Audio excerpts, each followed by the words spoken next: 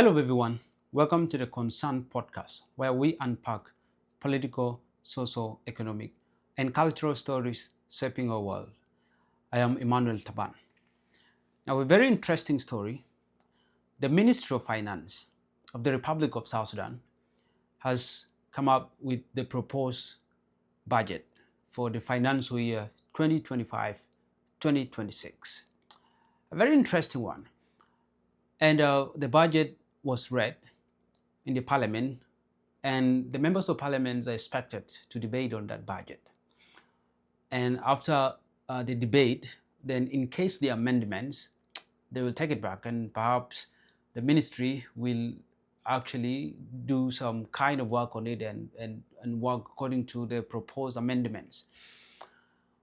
And according to the proposed budget, the country has an expenditure of about 8 trillion pounds, South Sudanese pounds, against expected revenue of 7 trillion. That means it is a deficit budget with an amount of about 1 point something trillion South Sudanese pounds. The expected expenditure, the money that the government will spend in the financial year 2025-2026 is 8 trillion, but the money that the government is going to raise in order to make that spending, it's 7 trillion. That means the deficit is about 1 point something trillion South Sudanese pounds. And the ministry said the deficit will be financed by some grants and other sources. I don't know if it's going to be loan or something else, but that is what the ministry said. Now, a very interesting figures in the allocation of that budget. You know, the major money or the major focus of the government this time around seems to be on salaries and debt financing, and then also paying wages, because this has been a very huge complaint. Public servants have not been paid, and so many people. So it seems like this year the focus of the government is going to be on salaries, wages, and debt financing or debt repayment or debt management, how they will pay back money they borrowed. And that sector is allocated about, I think, closely to 2 trillion South Sudanese pounds. That's like 1.9 trillion South Sudanese pounds. So that is the money that will go mainly to salaries, wages, and debt repayment. That is according to the budget. And the second one, the second largest sector that has been allocated that huge amount of money is for infrastructure development, which is about 1.17 trillion South Sudanese pounds. And that will, of course, go to issues to do with road construction, maybe, and other infrastructures. I mean, that is a very good one, I would say. Very good allocation there for the infrastructure development. But the most shocking allocation is the one that goes on the security or the military. Mainly the Ministry of Defense and Veteran Affairs has received a very huge chunk of money. And that makes me wonder why that huge amount of money is allocated to the ministry. According to the budget, the Ministry of Defense or the security sector is allocated about 325 billion South Sudanese pounds. 325 billion. That is for the security sector. And that money will go to institutions like the National Security Service, that will go to the defense sector, it will go to maybe the presidential guards, it will go to issues to do with training of military and all other things. About 325 billion South Sudanese pounds. That is a huge amount of money. And when we look at that amount of money within the National Security Service, which is one of the most top intelligence of the country, in the previous year, the intelligence service was only allocated about 58 billion South Sudanese pounds. But this year, it has gone up to about 160 billion South Sudanese pounds. That is only for the National Security Service. That is to the intelligence, 160 billion.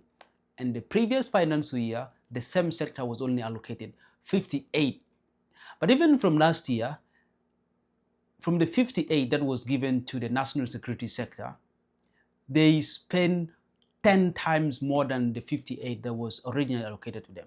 From the 58, the actual amount of money spent by the National Security Service was about 680 billion. And yet the amount of money that they're supposed to spend according to the budget that was made was about 58, but they spent 680 billion. I mean, that is a difference of a huge difference. So this year, they are given 160 billion. That is only for the National Security Service under the security sector. But let's see how much they are going to spend out of the 160 billion South Sudanese pounds. This is huge. And when we look at the money given to the security sector, that makes us wonder why this huge amount of money is given. I clearly understand that the country is heading towards a very critical moment. Elections are coming.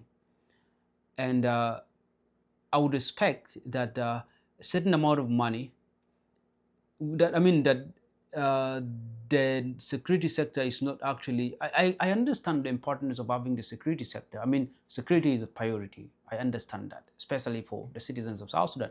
It is important that the people who call themselves South Sudanese live in a place which is secure. I understand that. But when I compare that with the amount of money allocated to some of the very prominent sectors of the economy, like the agriculture, vis-a-vis seeing the kind of food insecurity that is happening in the country, that I deducted it. I mean, I tried to extract information from the recent report that came about the food insecurity in South Sudan, where about out of the 79 counties in the country, 76 are food insecure. And there seems to be no major focus put on agriculture. Only 130 or so billion only allocated to agriculture, and about 325 billion to the security sector. So that makes me wonder what the priorities are, because you can offer security to people, but when there is no food security, then I feel there is no security, because people can be protected, but they will still die of hunger. And I hope that that budget being read to the parliament, the parliamentarians or the members of parliament in their own wisdom can actually try to spot out some of these loopholes in that budget, and they can suggest some amendments that can actually create a fair allocation to some of these sectors, because I understand the importance of security sector in the country. But also, I think it is very important to consider sectors like the agriculture sector.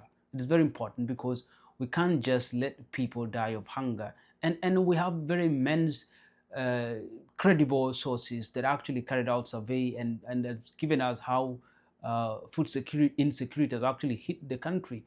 Majority of the counties in the country are food insecure, and therefore that requires a very serious intervention from the government. I understand sometimes the government rely mainly on the humanitarian agencies, but some of these humanitarian agencies, even because of insecurity, they're not allowed to access some of these areas. So I feel it is a very good one for the members of parliament to look into this budget, read it very clearly, and go back and debate on it, make very good suggestions, and spot out some of the important loopholes that can be rectified and taken back, sent back to the ministry, and they can create some amendments so that the people of South Sudan can actually be given a very good share of their resources. And by the way, out of the 8 trillion South Sudanese pounds, the ministry claimed that most of this budget is going to be financed domestically. It's going to be financed. They're expecting about 5 trillion of these revenue will come from oil, and then about 1 point something trillion will come from non-oil revenues. And you can see how huge the oil sector is in the country, contributing to the revenue of the country.